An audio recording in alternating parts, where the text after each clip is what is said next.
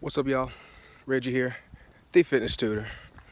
Getting me a little beautiful afternoon, Sunday afternoon vitamin D stroll. As you can see, the shadow is pretty small. Shadow's pretty short today. It's about 3 o'clock, so because again, you want your sunlight to be appropriate, not just any sunlight. But just kind of wanted to do another video, and again, vitamin D is important for a lot of things. Getting in the sun, an appropriate amount for you, your health, and your skin tone, skin complexion.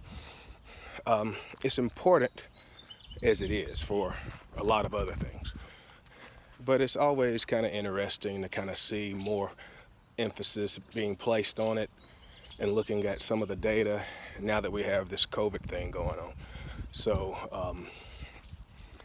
I'll drop a reference for this one, which is, I was looking at a study by the folks at Northwestern University, and I think it was Dr. Backman who was heading up a study. He is the Walter Dill Scott Professor of Biomedical Engineering at Northwestern.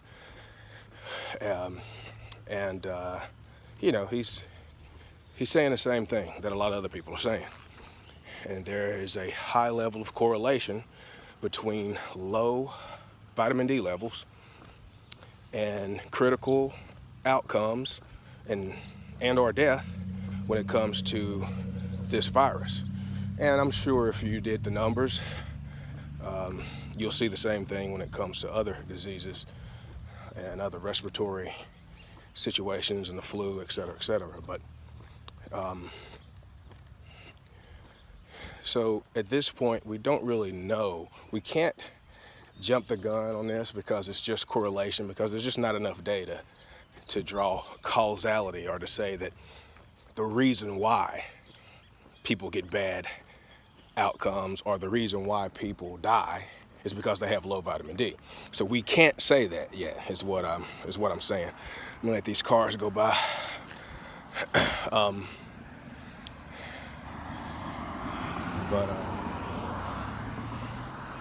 But we can't say that yet. But what we can say is that there's a high level of correlation, and kind of, where there's smoke, there's fire.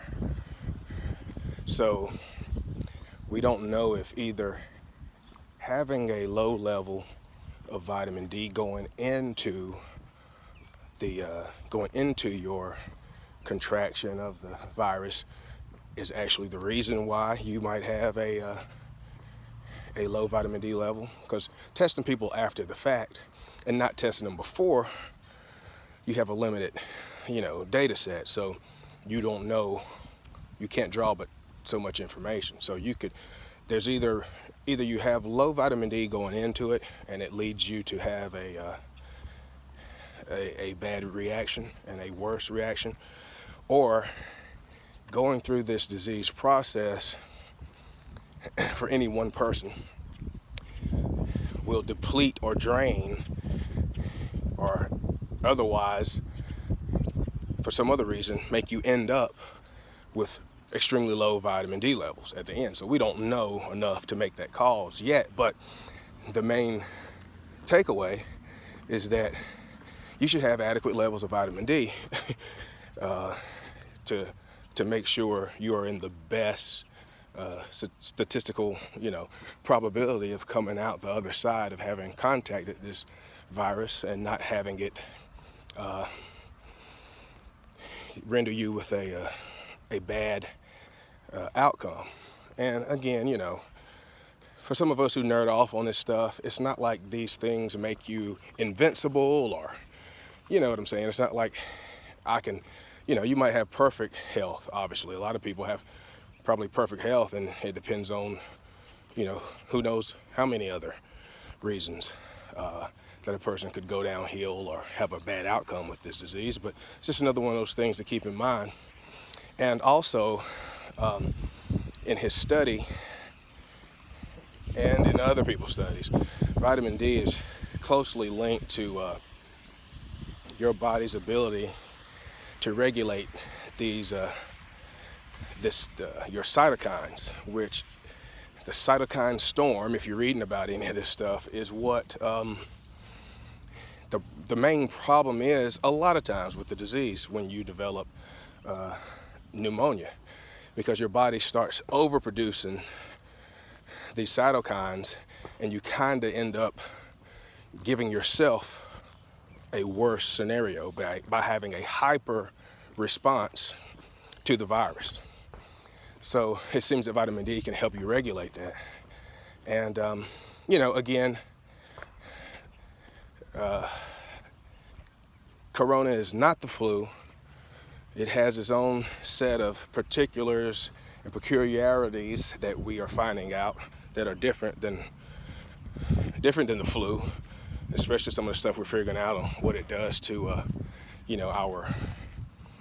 our circulation and our oxygen supply. So, but I think when the numbers are more accurately analyzed, I think we'll see that overall we are maybe being a little overreactive, I would say. So I just want to put that out there a little bit. Just, try not to get caught up too much in the fear going on around this, and just do what you can to put yourself in the best position. So, work on your eating. You need an adequate amount of protein so that you can keep your immune system running how it should. And, work on your body, work on your lungs, work on your health. You can start today. It's better to start today than tomorrow. And every little change you make, you don't have to go from couch potato or relatively overweight or whatever else and think you're not going to get any benefit until you get the perfect body. No, you get the benefit as soon as you start making changes to your eating, your exercise activity, et cetera, et cetera.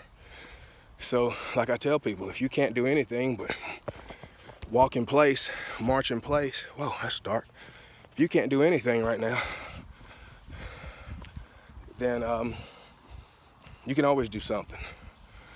People that have massive heart attacks, you'll see them pedaling with their hands on the tabletop, on tabletop pedals. That's how important exercise and movement is.